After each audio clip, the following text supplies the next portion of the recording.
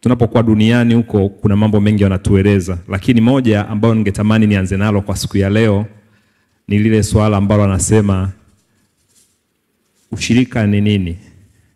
Ushirika wanasema is a story of ordinary people doing extraordinary things.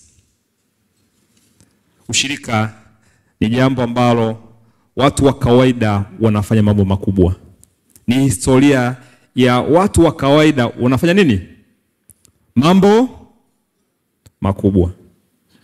Na leo hii naenda kuwasilisha historia ya Bandarini SACCOS inayozungumzia tumetoka wapi, tupo wapi na tunaenda wapi. Sasa katika mada yetu kama nilivyoeleza, tutakuwa na mambo makuu matatu: tulipotoka, tulipo na tunapokwenda kuelekea. Tukianza na tulipotoka, nilianza kuzungumza habari ya ushirika ni story ya watu wa kawaida kufanya mambo makubwa.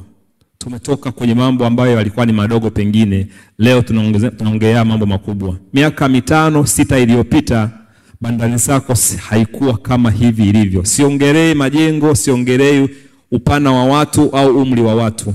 Nazungumzia numbers in terms ya mali za wanachama zilikuwaje. Kwa mfano, naweza nikatoa kriteria moja tu. Mwaka 2020 tulikuwa tunaweza kupata makato kutoka kwa mwajiri shilingi milioni 470. Mmenifuata? Leo hii tuna bilioni 1.16 tunaipokea kutoka kwa waajiri wasiopungua 10. Tujipigie makofi. Historia ya watu wa kawaida kufanya mambo makubwa. Bwana alikuwa ni afisa ushirika kwa profession, lakini pia amewahi kufanya kazi Bandarini SACCOS kama mtendaji mkuu, akiwa yeye ametoka shirika, by then ilikuwa ni idara ya ushirika makao makuu, kuja kusaidia kufanya shughuli za SACCOS zirudi kwenye shape. Bandarini SACCOS tulifika mahala tukawa hatuwezi kujiendesha bila utaalamu kutoka nje. Sawa? Kwa hiyo mradi wa ushirika ikampendeza, akamteua mtu. Anaitwa Adaligoti Chilipweli, nimekumbuka. Adaligoti Chilipweli. Huyo bwana. Kwa hiyo akaanza kunisimulia Bandarini SACCOS namna alivyoikuta miaka ya 96 huko. Ndio maana nasema kuna wahenga, inawezekana wenyewe sio wahenga, sio hivyo? Lakini ile story aliyonisimulia nilipofika Bandarini SACCOS mwaka 2020, nikakaa na Mama Stella nikaanza kumueleza, naye akanipitisha vile vile kwenye alichonieleza Chilipweli. Ndio akaniambia namna Bandarini SACCOS ilivyokuwa. Tulipotoka palikuwa ni pagumu sana. Tulipotoka palikuwa hapana mawasiliano duni. Tulipotoka palikuwa na baadhi ya viongozi na watendaji ambao walikuwa pengine sio waaminifu, lakini hatuwezi kuwalaumu. Wakati fulani walikuwa kwa upeo wa wakati huo ulikuwa unawataka hivyo, sio hivyo? Kwa mazingira wakati huo yalikuwa yanataka hivyo. Na tulipotoka siongezee miaka 5, miaka 10, nazungumzia miaka mingi kidogo, sio hivyo? Bandarini SACCOS imeanzishwa mwaka 1968. Maana yake leo hii tunazungumzia miaka 57 ya kuwepo kwetu. Kwa hiyo tunayo historia ambayo Bandarini SACCOS hatuijui kabisa wote, sio hivyo? Na tunayo historia ambayo tunaijua kwa udogo kutokana na watu waliokutana nao. Na namfahamu Mtipi amewahi kuwa mhasibu wa Bandarini SACCOS. Mnalijua? Naye alitoka TPA kuja kusaidia majukumu ya nani? Was it independent? Ilikuwa ni independent? Isingeweza, sio hivyo? Kwa sababu ni muajiri kamteua mtu aende akafanya shughuli za Bandarini SACCOS. Huko ndio tulikotoka. Mwaka 2020, 19 na 20 tulikaa kwenye kikao, mimi pamoja na baadhi ya watu, tukaandaa mpango mkakati wa namna gani tunatoka kwenye hizi changamoto nilizozibainisha hapo chini. namna gani tunatoka. Hicho ni kikao cha kimkakati tulikaa. Kwa angalau tukaanza sasa kufikiria namna gani tunaondoa mawasiliano duni. Tukazungumzia namna gani tunakuwa na kanzidata ya taarifa za wanachama. Tukaanza kuzungumza ni namna gani wanachama wanaokosa uhakika wa umiliki juu ya SACCOS yao. Kwa sababu kuna kipindi mlifika mara mkasema Bandari SACCOS ni ya mtu fulani. Uongo ukweli? Uongo ukweli? Kuna wakati. Lakini tukasema kwenye hicho kikao tuambizane ukweli. Hii SACCOS haiwezi kuwa ya mtu, si ndio hivyo? Lazima kuna wamiliki wa hiyo SACCOS, tuzungumze ukweli. Kuna wakati mipango yetu ilikuwa kama fanya nini? Haieleweki. Tunashukuru Mungu waliowezesha kutufikisha hapa tulipofika, na katika kusema hilo sina uwezo wa kupingana na ukweli wa kumtaja Iron Lady Mama Stella Mtayabarwa.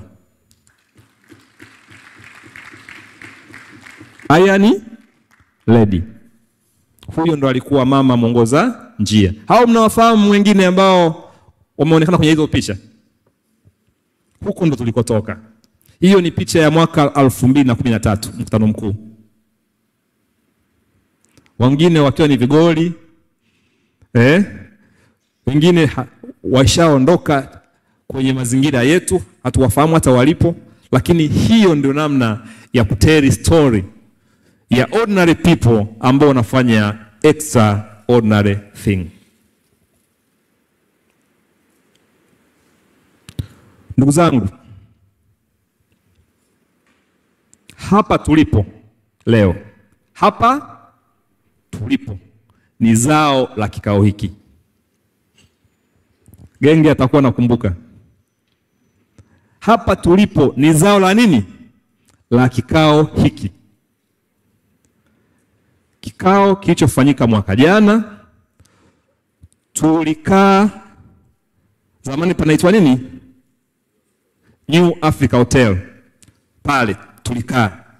Tukawa tunazungumzia namna gani miaka mitano kuanzia 2025 kuelekea 2029, miaka mitano Bandari SACCOS inatakiwa ianze kutembea na kukimbia. Tunafanyeje? Na nitawaeleza kama tunakimbia au tunafanya nini? Tunatembea. Tulikuwa na mambo ya kimkakati ambayo tulizungumza, lakini pia tulitengeneza dira. Tulitengeneza picha kubwa ya namna gani tunakwenda mbele. Hapa. Na tulifika mahala tukaambizana pia ukweli kwamba hatuwezi kuendelea kuishi maisha yale yale kwa utaratibu ule. Hatuwezi kuendelea kupata matokeo yale yale. Kwa mfano, miaka mitano iliyopita ambao nasema tulikuwa tunajitafuta, si ndio hivyo? Kama tulikuwa tunakuwa sana ni kwa asilimia zisizozidi 12, 13. Nitawaeleza mwaka mmoja wa kuanza utekelezaji wa hii ramani ambayo ilichongwa kwenye hicho kikao.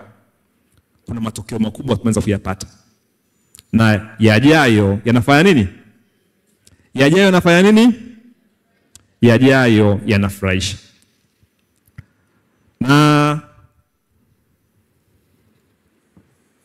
mwaka mmoja baadaye ambao ni mwaka huu, tukiwa Arusha, tumeweza kupata taarifa za kiutendaji juu ya SACCOS yetu iko wapi katika SACCOS 10-20 zinazofanya vizuri Tanzania. SACCOS yetu iko wapi? Iko nafasi. Tuna la kujipongeza, lakini pia tuna la kujuta. Nianze na lipi? Tuanze na kujuta ili tumalize kwenye positive notes, ndio hivyo? La kujutia ni kwamba Bandari SACCOS tulikuwa namba 8, leo tuko namba 10. Tujute tusijute? Na kuna uwezekano mkubwa tunakokwenda tunaweza tukatoka namba 10. Sababu ziko nyingi, lakini kubwa ni moja. Bandarini SACCOS. Kwenye SACCOS 20 yenyewe ina wanachama wachache. Hello. Hizo taarifa sinatakiwa mzijue. Katika hizo SACCOS 20, hiyo ndio ina wanachama wachache. Maana yake nini? Kuna sheria inaitwa Law of Large Numbers. Huwa haidanganyi. Matokeo ya kuwa na namba kubwa na mazingira ya wakati yanatengeneza kitu kinasema maji, mchere na nini vinafanya nini? Vinajitenga. Kadiri tunavyokwenda miaka mingine, kama hatafanya jitihada kuongeza wanachama, wale watu waliokuwa wengi hata kama wanachanga shilingi moja watafika mara tafanya nini? Kwa sababu principle ya cooperative au sheria ya cooperative moja ni large number. Si ndio hivyo? Kuwa na large number. There is a power in large number. Hata kama watu wanachanga shilingi moja, kama watakuwa ni wengi, kusema ukweli tafanya nini? Sasa cha kusikitika ni hicho. Sawa? Hilo ni moja. Lakini la pili, kuna watu walikuwa watoi taarifa. Walivyoingizwa tukakuta wanatuzidi kila kitu. Kuna mtu mmoja pale, kama mmeangalia ukuaji wake ni 122%. 122. Sisi ukuaji wetu ni asilimia ngapi? 12%. Si ndio hivyo? Huo ndio ukuaji top ambao tumeisha kuwa nao. Huyu anakuwa kwa 122%. The driver ya ukuaji wa huyo mtu amerudi kwa wanachama wake akawaeleza, ninataka mniwekee wekeza bando. Mimi sitaki kwenda kukopa benki. Nataka nyie ndo mnikopeshe mimi. Na ama kwa hakika wale wanachama ndani ya miaka miwili wamewekeza bilioni 27. Utakuwa pamoja na yeye? Nina kuwaeleza, sina la kuwaeleza. Tunawekeza bando ni mwaka wa pili tumeitangaza kwenu. Si ndio hivyo? Yawezekana mbinu tunayotumia labda pengine sio nzuri. Utaratibu tunaowaambia labda sio mzuri. Lakini Wakristo waliokuwa nao wanaopeleka taarifa, yawezekana pia nao hawatusaidii. Sasa tuko hapa. Tuelezane ukweli. Si ndio hivyo? Kama tunataka kukua wote, tuendelee kukaa kwenye hii shape. Kwenye haya mabango, lazima tufanye mambo ya makusudi. Moja, lazima tukubaliane. Tunayokubaliana kwenye vikao, tukayapeleka kwenye maazimio, tujenge hii nyumba ikue. Jambo la pili, ile jambo tulilokubaliana la kupanua wigo kwenda kwa watu wengine, si hivyo? Liwe la dhati. Hatuwezi kubaki watu 2000, kuna SACCOS na wanachama 100,000, alafu tutake kuendelea kushindana nao. Tutakuwa tunadanganyana. Kwa hiyo lazima tumezane ukweli. Lakini la kuwatia moyo ni moja tu. Wakati tunazungumzia haya yote, sio hivyo? Kwa mfano, hiyo SACCOS ya kwanza, sawa? Ina bilioni 160 ngapi? 60 ngapi? Gawa kwa wanachama 52,000. Ni sawa na shilingi ngapi? Haya, chukua bilioni ngapi za kwetu? 25. Gawa kwa wanachama 2,000. Ni sawa na shilingi ngapi? We are building empowered members. Bila kujali tutakuwa katika nafasi gani, si ndio hivyo? Lakini our members are well empowered. Tujipongeze basi. Tujipongeze. Umiliki wa wanachama wetu ni sana. Hauwezi kutulinganisha na watu wengine. Hicho ndio kitu tunajivunia sisi. Lakini hatuwezi kubaki kwenye hiyo comfort zone. La sivyo, kwenye hii ramani tutafanya nini? Tutatoka. Na mimi na nyie nafikiri tuazimie jambo moja. Hatutaki kutoka kwenye hiyo shape. Tunatakiwa tuangalie namna ya kufanya nini? Ya kuenda mbele tukikimbizana. Kwa mwaka jana, narudia tena, kwa mwaka jana tukijikompea mwaka uliopita 23 na 24, kwa maana kwamba mimi hapa naangalia mazingira ya taarifa hizi kwa kuzikompea kwa taarifa zilizokaguliwa kwa mwaka jana na mwaka juzi. Hali ndio jinsi ilivyokuwa. Kwenye mali tulikuwa kwa 12%, kwenye akiba tulikuwa kwa 15%, kwenye hisa tulikuwa kwa 31%, kwenye mikopo tulikuwa kwa 11%, lakini pia kwa wanachama tulikuwa kwa 3.8%. 3.8 inasikitisha. Tusikitike. Tusikitike wote. Lakini hiyo hali ndo tuliokuwa nayo.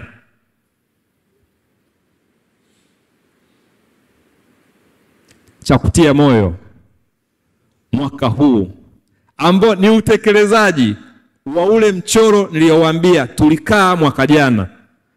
Mwaka mmoja na tena tuko pamoja. Mwaka mmoja. Ukiangalia tumetoka kwenye hayo mazingira. Ukuaji ulikuwa ni asilimia ngapi? Hiyo. Lakini pia ukiangalia hizo assets zilivyo ndani ya miezi 9. Kwa mfano assets zetu sasa hivi ziko bilioni ngapi? Ziko bilioni ngapi? Bilioni 30. Ninawahakikishia miaka 5 ijayo tutakuwa kati ya SACCOS 5 bora. Tumedhamiria, tupo tayari, lakini tunahitaji kushirikiana. Na kuwatia moyo pia, Bandarini SACCOS ni taasisi inayopimwa afya. Kama ina homa au inafanya nini? Na tunavyo vipimo vya aina mbili tunavitumia. Tunatumia kipimo kinaitwa PILS, kwa maana hizo ni nanili. Hiyo ni tunapima protection kwa maana ya ulinzi, tunapima ufanisi, tunapima ubora wa mali, tunapima uwezo wa sisi kutengeneza mapato na kuretain, tunapima namna tunavyotunza liquidity, na tunapima namna ambavyo tunakuwa. Hicho ndio kipimo. Nitawapa matokeo. Lakini pia tunacho kipimo kingine kinaitwa KEMO. Vipimo vyote, matokeo ya vipimo ni kama ifuatavyo. Sehemu zote tuko vizuri isipokuwa kwenye utoshelevu wa mtaji ambao unatoa uwezo wetu wa kuwa na hisa za kutosha, ambao imekuwa ni kilio changu cha siku zote. Kama nakumbuka, bado hisa zetu hazijaweza kutusaidia kutengeneza mtaji ambao unatosheleza. Kimekuwa ni kilio chetu cha muda mrefu, na tumekuwa tukizungumza tupushi, labda tuongeze 10,000. Nakumbuka labda tuongeze iwe 500,000, lakini bado hatujaweza. Kwa namna mali zetu zinavyokuwa, tukitaka angalau tuwe na adequate ya mtaji, kwa maana ya capital, sio hivyo, capital adequacy. Tunahitaji angalau kila mwanachama wa Bandarini SACCOS kwa wanachama 2,000 asipungukiwe milioni 3 kwenye akaunti yake ya hisa. Ni wangapi wanaangalau milioni 1 ya hisa?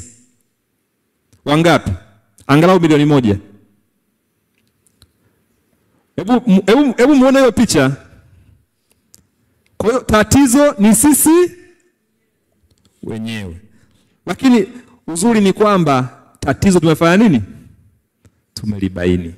Maeneo mengine yote tuko vizuri. Tuna eneo moja tu ambalo lazima tusikitike. Na tumeangalia pia kwenye eneo letu la mali zetu zimejengwa kwenye misingi gani?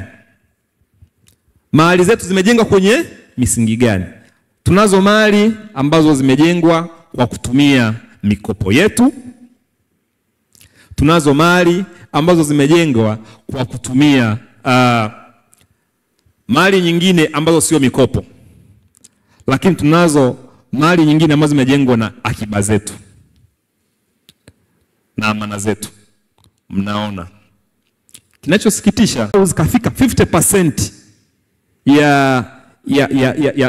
ya mikopo. Tunao uwezo mkubwa sana. Narudia, wa kufanya huyu giant mikopo asifanye nini? Asitumeze. Namshukuru mtu mmoja juzi alituletea amekopa of course milioni 100 yeye. Lakini pia alituletea fedha zaidi ya milioni 190. Tunayo mkopaji wa namna hiyo. Kaleta milioni 190 ndo dhamana yake, si ndio hivyo? Akakopa ngapi?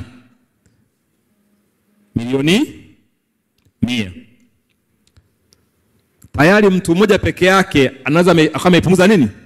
Kaipunguza hiyo ratio. Mtu mmoja tu. Tukipata watu 30, tukipata watu 100, tukipata 200, sitamani tuwekeze hivyo. Kila mtu ajitathmini katika eneo lake, si ndio hivyo? Akiba zake dhidi ya mkopo wake ziko katika zina reflect nini? Nimekuwa nikitoa elimu ya fedha, wote ni mashahidi, si ndio hivyo? Nikawaambia kwamba mikopo sio nini? Sio zawadi. Lakini tutengeneze mazingira kwa muda fulani, si ndio hivyo? Tuanze kubalansisha hivi vitu kati ya mikopo na nini? Kwa sababu mikopo ni kitu unachodaiwa, si ndio hivyo? Akiba ni uwezo wako, yani ni mali unayofanya nini? Unayoimiliki. Sasa mzani ukiwa umeegemea upande mmoja, utakuwa kama yule bouncer ambaye anatumia nini? Anatumia ile chuma, huku na kilo 50, huku kuna kilo 5. Kwa hiyo mkuta bouncer yuko hivi, anatembea hivi. Unadhani pose, alafu mtaani kama ni maarufu vijana wanaanza kumfuata.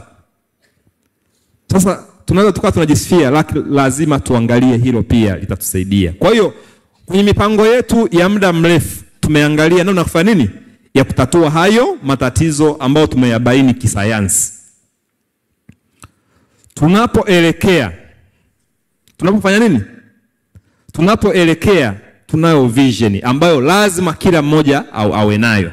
Na hii vision sio mpya. Ukiangalia kwenye sala tulizowapa leo, hizo sala, sawa? Tuna vision. Lakini vision tunaipata pia kwenye website. Tunayo vision kubwa. Sasa vision yetu inasema ni kuwa chama kiongozi barani Afrika. Inayofanya nini? Kuwa chama bora barani Afrika inayotoa huduma na bidhaa bora za nini? Za kifedha. Kwa nani? Kwa wanachama. Si ndio hivyo? Na sasa hivi wakati tukiwa duniani huko wametuambia tusimwangalie mwanachama pekee. Tuangalie jamii inayomzunguka nani? Mwanachama. Ukiwa na mwanachama ambaye ana familia ambayo haijiwezi, na ye atavutwa. Kuna nguvu ya uvutano kubwa kwenye hasi. Kuna nguvu kubwa ya uvutano kati ya hasi na chanya. Hasi ina kawaida ya kuwa na nguvu. Mambo manini huwa yanakuwa na mvuto wa ajabu. Kwa hiyo ukiwa na jamii ambayo haijawezeshwa, ndani ya jamii kuna mtu aliyewezeshwa. Kikawaida, sio hivyo? Hata yule aliyewezeshwa anafanya nini? Anamezwa. Sasa tumeambiwa twende kwenye jamii tukaangalie SACCOS zinavyoweza kuwasaidia wanachama na watu ambao wanawazunguka wanachama. Na namna pekee ndio hiyo, kama kuwa na Bandari SACCOS Foundation, sio hivyo? Kuwa na initiative mbalimbali ambazo zinatengeneza mazingira ya kuwa na dunia bora na dunia salama inayofanya watu waweze kuishi kwa usalama. Sasa kwa sababu ya ndoto yetu inahitaji Afrika, lazima pia niwape picha Afrika kuna kitu gani. Tunazungumza na ninyi leo. Afrika inacho chama kina wanachama 431,000. Uongo ukweli? Si mnaona? Chama kimoja kina wanachama wangapi? 431,276. Sasa katika mazingira kama hayo, ndugu zangu, japo tunacho cha kujivunia pia. Sisi hatujasema tunashindana na mtu kwa wanachama. Sisi shindani yetu uko kwenye nini? Ushindani wetu tumesema tuwe chama kiongozi kinachotoa huduma bora na imara kwa wanachama. Na aliyetoka kuzungumza amenirahisishia. Tunatoaje hizo huduma? Si ndio hivyo? Amezungumza tuna habari za score, si ndio hivyo? Tuna habari za vitu gani? Ameongea vitu vingi vizuri tu. Sitaki kuvitaja kurudia yale maneno mazuri ya kuzungumza. Lakini sisi huko ndo tunako kuelekea. Lakini huwezi kuwa unahudumia wanachama 2,000 sawa vizuri, alafu mtu mwingine anahudumia wanachama 400 vizuri, alafu ukasema nahudumia. Impact matters. Impact matters. Impact ina maana kubwa.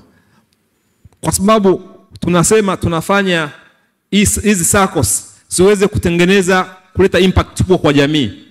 Kama wewe unaleta impact kwa watu 2,000, mtu mwingine analeta impact kwa watu 400,000. Na mbaya zaidi, unakuta chama kina wanachama 400,000 kwenye nchi ambayo ina wakazi hawazidi milioni 50. Ina challenge brain kweli kweli. Tanzania sasa hivi inaelekea kuwa na wakazi zaidi ya milioni 70, si ndio hivyo? Lakini bado tunaongezea chama cha ushirika ambacho ni kikubwa Tanzania, kiko 10 bora, kina wanachama 2,000 na tunakaa hapa tunazungumza. Tuna ndoto kubwa, lazima tuishi kwenye ndoto kubwa. Namna gani tunaishi kwenye hiyo ndoto kubwa? Nimekuja na mambo 6 ambayo pia ndio nguzo kubwa zipo kwenye mpango mkakati wetu. Hizo ndio nguzo kubwa. Those are our pillars. Moja, sisi tunamwangalia mwanachama. Mwanachama tuhakikishe anahudumiwa vizuri, si ndio hivyo? Tuhakikishe mwanachama anawezeshwa. Mwanachama akiwa ana uwezo, tunaamini SACCOS itakuwa na uwezo. La pili, tunaangalia uongozi. Tunaweza na mwanachama kwa sababu ndani ya viongozi, si ndio? Ndani ya wanachama tutapata viongozi. Na tukipata wanachama wazuri, tutapata viongozi wazuri, alafu mifumo ya kidijitali ikiwa ni mizuri. Of course hapa mifumo itakuwa ni mingi, lakini tunaongelea kidijitali. Na kwa mfano uongozi ni mojawapo ya watu ambao watatengeneza mifumo. Kwa maana kwamba tukija kwenye chama, hata tukapata viongozi wapi, wakute kuna masharti imara, miongozo ya kiuongozi mizuri, sio hivyo? Na vitu vingine vyote ambavyo vimekaa kimifumo. Vinambloko mtu kuwaza mawazo ambayo ni nje ya utaratibu. Lakini watendaji wenye ufanisi. Na hapa tunaongelea watendaji wenye weledi. Lakini kwenye dunia hii hauwezi kufanya kazi mwenyewe. Tunafikiria kuwa na wabia mbalimbali ambao watatusaidia kwenye masuala ya mifumo, watatusaidia kwenye masuala ya huduma, ili wakati fulani, wakati unafanya shughuli, usifanye kila kitu mwenyewe. Sawa? Kuna kuleverage kwenye vitu ambavyo tayari watu wengine washafanikiwa. Kwa mfano, tunazungumzia habari za bima. Una haja wewe kuanzisha kampuni ya bima? Umeelewa? Unakuwa wakala, sio hivyo? Unabaki na wewe na utojua huko wa huduma, alafu unafanya nini? Wateja wako wanapata nini? Huduma za nini? Za bima kupitia kampuni ambazo umefanya ubia. Kampuni ambazo umefanya ubia. Ya kuwa na financial tech company. Una haja? Haihitaji. Zipo taasisi tayari, sio hivyo? Una leverage kwenye hiyo nguvu. Ubia kimkakati. Hello. Lakini wakati unafanya malengo yako, lazima kuna masuala ya kisiasa na kijamii na ya kidunia. Huwezi kuyaacha. Kwa lazima pia kimkakati ya kidunia, zile SDGs zinasemaje? Tunaweza tukaingiaje mle? Kuhusu kwenye masuala ya mazingira, masuala ya uongozi, masuala ya ushirikishwaji wa wanawake na vijana na vitu vingine. Yanafanyaje? Yanasemaje? Kwa hayo ndo maeneo 6 muhimu ambayo sisi tumeanza kuyafanyia kazi. Sawa? Mnao fursa kesho kuyapitisha. Tuko pamoja? Ningetamani kabla ya kuyapitisha ni vizuri mkayaelewa. Mnasemaje? Ni vizuri kufanya nini? Mkayaelewa. Na huo ndio utakuwa ni mwelekeo wetu mwaka 2026. Na mambo yenyewe ni kama ifuatavyo. Jambo la kwanza, tunakwenda kuongeza speed, sema kasi. Tunakwenda kuongeza kasi ya kutafuta wanachama nje ya bandari na DP World. Tashirikiana. Unaye ndugu, unaye jamaa, unaye rafiki, unaye mtoto, unaye mwenza. Lazima aingie kwenye umoja wetu. Lakini kimkakati sisi tumesema lazima tuwe na wanachama wanaofanana na sisi, si ndio hivyo?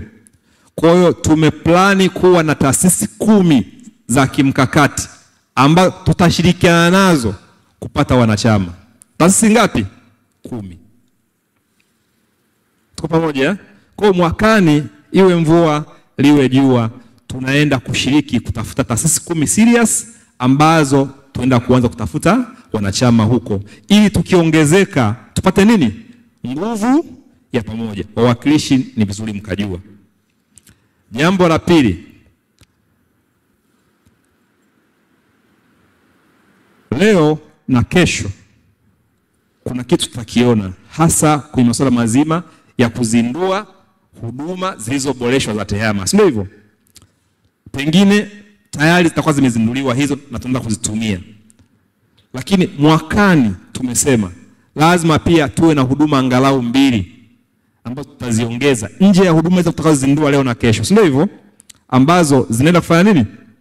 Zinaenda kutusaidia kuongeza ufanisi katika kutoa huduma kwa wanachama. Jambo la tatu, Bandari SACCOS kwa muda mrefu tumekuwa na kitu kinaitwa virtual branches. Tuna matawi, lakini matawi ni kama hayapo, kwa sababu sisi tunafanya kazi zote kwenye nini? Tunafanya kazi zote tukiwa Dar es Salaam kwa maana ya taasisi, ndio hivyo? Na matawi tunayokuwa nayo tunafanya wapi? Tunafanya kwa kupitia simu, email na vitu vingine. Tumesema kuanzia mwakani tutapush mkoa wowote utakaofikisha wanachama 150 tuna usapoti kwa kuwa na physical branch. Tupigie makofi basi. Kwa hiyo ni kazi ya mkoa husika. Ni kazi ya nini? Ya mkoa husika kupush kufikisha wanachama wangapi? 150. Bandari SACCOS itakuwa na physical branch. Tutakuwa na ofisi na tutakuwa na wafanyakazi pale ambao kama ambavyo watu wa Dar es Salaam wanafurahia watu wa huduma ambao wako kwenye branch, ndio hivyo? Na pia hiyo mikoa watafanya nini? Kwa tumesema kwa kuanzia tutakuwa na branch ngapi? 2. Sasa hiyo kazi si ya kwenu peke yenu, ni kazi yenu na kazi yetu. Kwa tuna uhakika mwakani kuna uwezekano mkubwa tutakuwa na branch ngapi? 2. Na pengine kuna mkoa kama Mtwara ushakaribia, sio hivyo? Kuna mkoa kama Tanga umeshakaribia. Lakini ninapozungumza na ninyi, tuna wanachama wasiopungua sasa hivi 60 Dodoma. Na kwa kasi ya Dodoma mpaka kufika labda mwezi wa 6 wa 7 mwakani, kuna uwezekano mkubwa tutakuwa na wanachama 1000. Kwa hiyo hatuwezi kuiacha kama yatima. Tuko pamoja, kuna uwezekano mkubwa tukaanza na nini? Na hayo matawi. Kwa hiyo hiyo ni mipango ya kutusupport.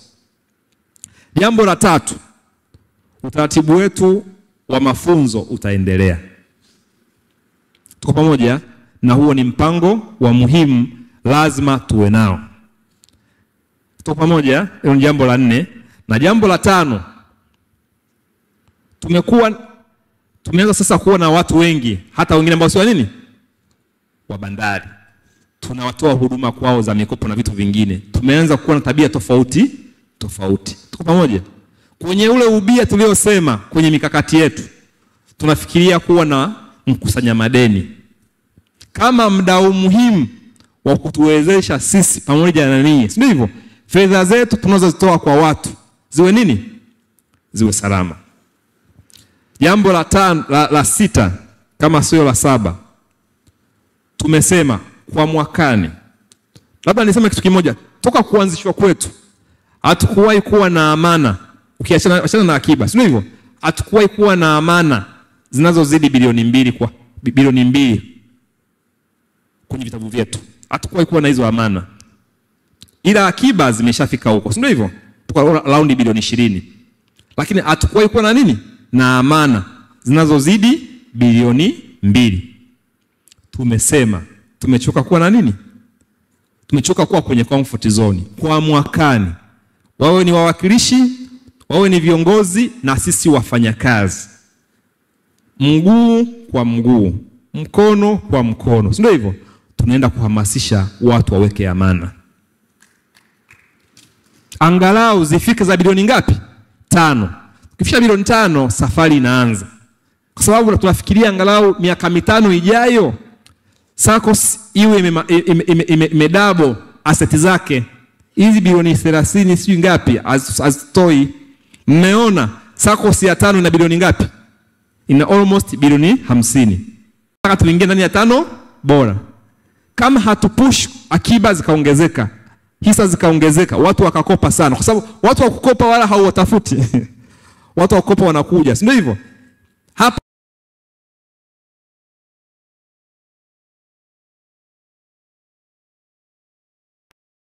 tukitafuta rasilimali ni rahisi sana kupata wakopaji, na wakawa ni wazuri, basi tutaenda mbele. Mwakani ni mwaka wa uchaguzi, kwa hiyo nalo tumeleka kwenye mipango yetu. Jambo la jingine, kwa sababu tunafanya hizi huduma na tungetamani ziwe ni huduma ambazo zinaenda kuleta matokeo makubwa, tunafikiria kufanya tathmini ya huduma zetu, kufanya tathmini ya mifumo yetu, kufanya tathmini ya wanachama wetu. Tuko pamoja? Kwa tutafanya survey kubwa ambayo itatupa matokeo ya kisayansi. Tunakosea wapi, tunapatia wapi. Sawa? Na pengine matokeo ya tathmini hiyo kwenye mkutano mkuu kama huu mwakani tutafanya nini? Tutawaleteeni. Hapo vipi? Kwa sababu tunataka tuanze kufanya vitu kisayansi. Tusiwe tunafanya vitu kwa nini? Kwa kubunibuni. Kwamba labda hii hapa wanaipenda sana, au wangapi wanaipenda? Kwa nini wanaipenda? Tuko pamoja? Jambo lingine, tumekuwa na hitaji muhimu sana ambalo wanachama kwenye vikao vya matawi wamekuwa kilizungumza. Mwanza walisha kuzungumza miaka kama 3 iliyopita. Kuna mikoa nafikiri Mtwara au ni sehemu gani walisha kutuzungumza kwamba sawa tuna chama chetu, lakini mtu unapata changamoto, anafiwa, anafariki, si ndio hivyo? Tunashindwa kufanya nini kumsaidia. Mwanzoni tukaanza na ule mfuko wetu tukawa tunatoa shilingi 500. Lakini je, 500 inatutoa? Halo? 500 ifanye nini? Wakati fulani unaenda kwenye msiba, unashindwa hata kutaja unatoa shilingi ngapi. Unasema Bandari SACCOS itatoa ubani, unakausha. Sasa tumefikiria kuanzisha mfuko wa faraja kwa ubia na mtu ambaye anafanya hizo kazi. Tuko pamoja? Na baadaye nitawaletea hiyo picha itakavyokuwa kwenye huo mfuko wa faraja. Na jambo la mwisho, tunafikiria mwaka huu tunazindua Bandari SACCOS Foundation. Kuzindua ni jambo moja. Yaani hata kwenye ndoa kuna watu siku hizo wanapenda sherehe kuliko ndoa, sio hivyo? Kuna watu wanapenda harusi kuliko ndoa yenyewe. Kwa hiyo sasa tukapenda hii tafrija tukaifanya leo ya Bandari SACCOS Foundation, sio hivyo? Lakini tukasahau Bandari SACCOS Foundation ina majukumu makubwa, lazima ianze kuyatekeleza. Sasa tunatarajia mwakani Bandari SACCOS Foundation tuisupport, sawa, tuipush nayo iende duniani. Moja, lengo lilokusudiwa ni kuhakikisha inaleta impact kwa jamii inayotuzunguka. Lakini jambo la pili, Bandari SACCOS Foundation tunataka iwe kama zile foundation nyingine zinavyozitangaza taasisi. More foundations, sio kusikia? More foundation ni sio kwamba just tu ile ni mfanyabiashara, si ndio hivyo? Any money, any pen count. Kwa hata sisi tukitoa fedha ile kwenye Bandari SACCOS Foundation na vitu vingine, tunataka ile fedha ikapige kelele. Bandari SACCOS ifahamike, imefanya nini, imetoa mchango gani, lakini pia ishiriki kugusa maisha ya watu wengi. Kwa hiyo mwakani tunaenda kuitekeleza katika picha kubwa.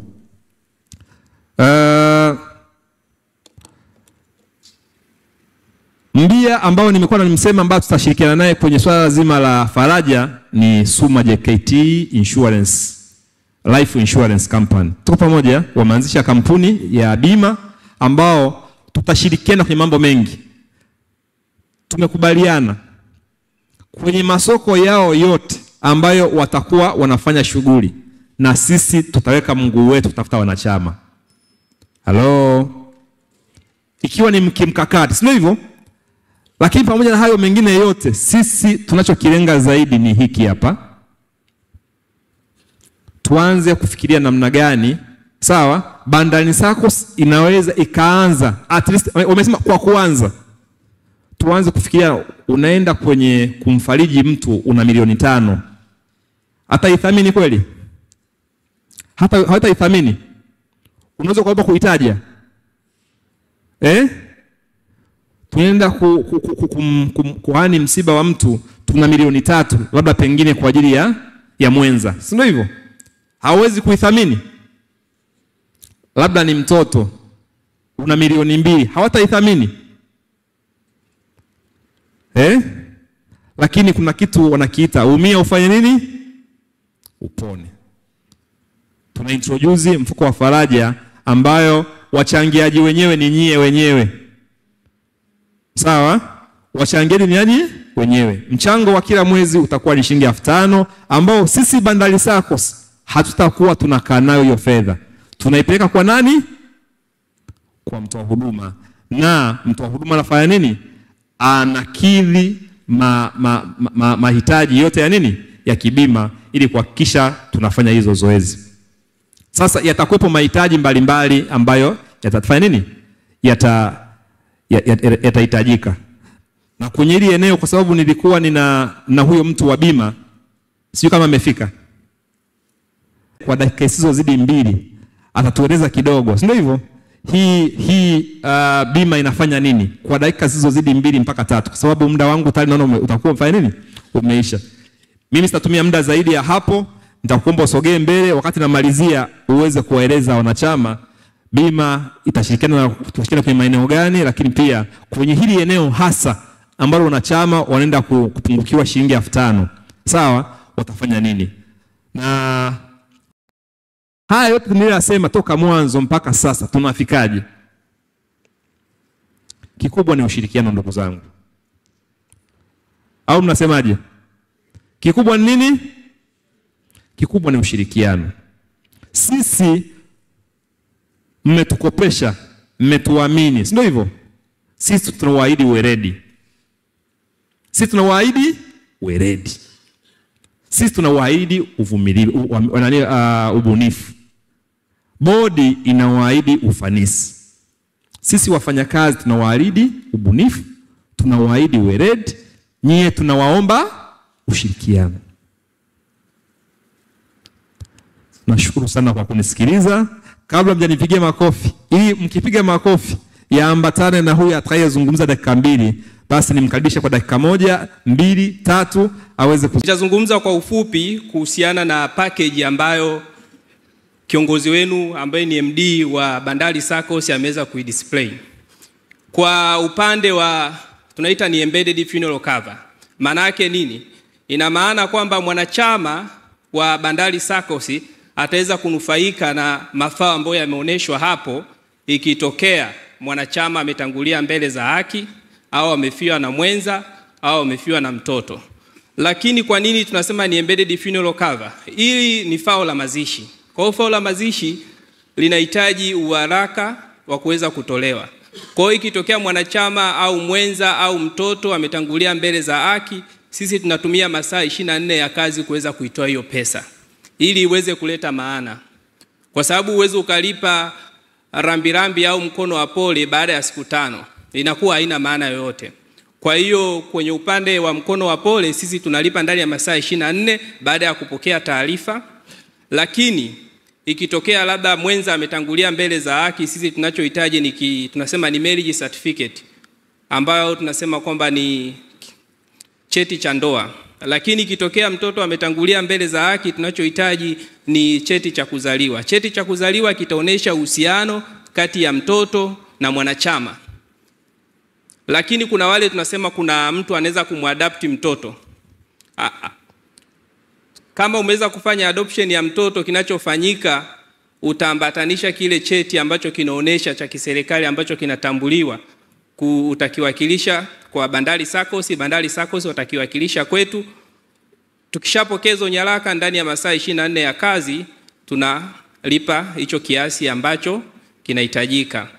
Lakini pia tumezungumza ukiangalia ile quotation ambayo amedisplay, kuna upande wa umri umeonyeshwa, umri wa mtoto ni miaka 21.